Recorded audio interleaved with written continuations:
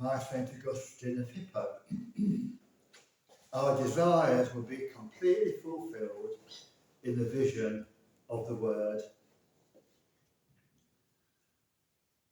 What man knows all the treasures of wisdom and knowledge hidden in Christ and concealed in the poverty of his flesh?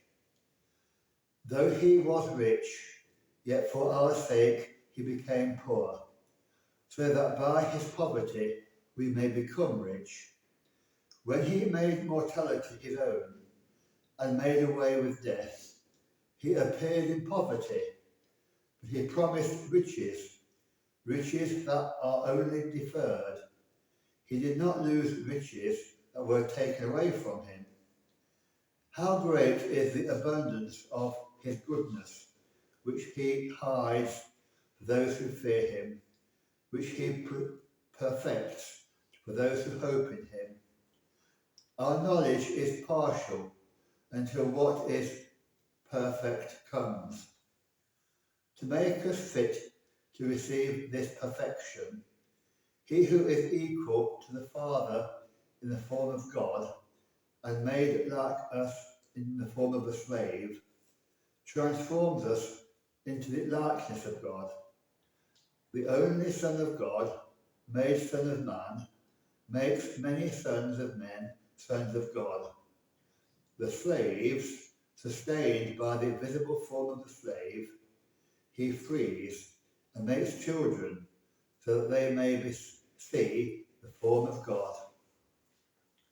We are God's children. It does not yet appear what we shall be, but we know that when he appears, we shall be like him, for we shall see him as he is. What are those treasures of wisdom and knowledge? What are those divine riches, except what is sufficient for us? What is that abundance of goodness, except what he fills us? Show us the Father then, and it will be sufficient for us.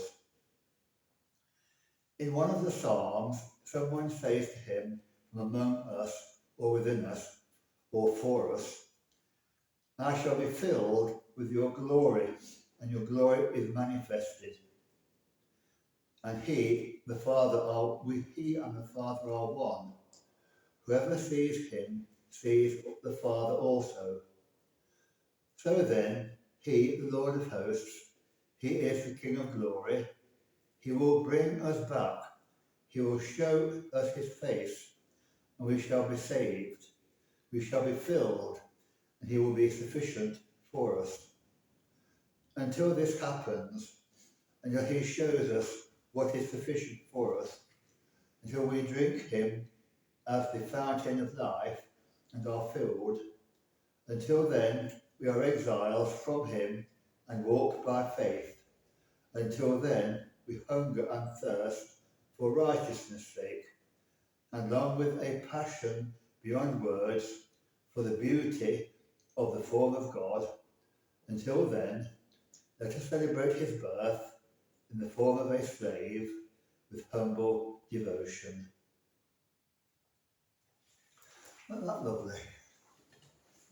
Yes. That's St. Augustine. Yeah.